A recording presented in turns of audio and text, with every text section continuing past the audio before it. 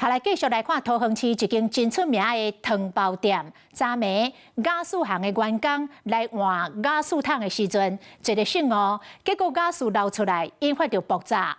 頭家馬上摕滅火器來拍火，在場的人客驚一個衝出去外口，加在人客攏安全。也毋過迄位雅士行的員工身軀有30%是3度來燒燙傷。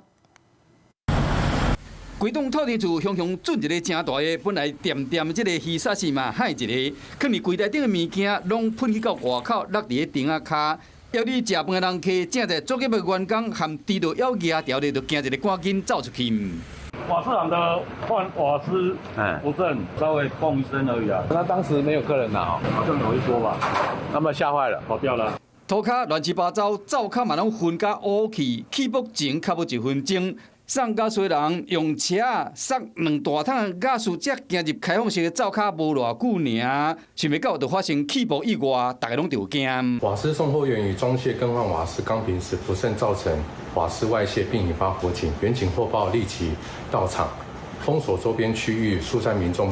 昨暝7點外，當時是食飯時間，桃園市區的中正路這間出名的包仔店向發生起爆意外，頭家為樓頂衝落來，趕緊用滅火器拍火，加在無去傷到人客。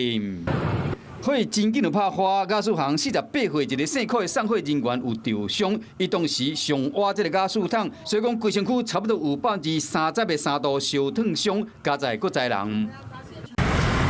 中火現場本來是24小時營業的店，先暫時要休困整理以外，嘛要確認無安全的顧慮才會當閣開店。因為本來是例行性換雅士的作業，是安怎會引起起爆？是操作無妥當，還是鋼線會漏雅士？或者是現場其他火源？火調人員已經採證要調查原因。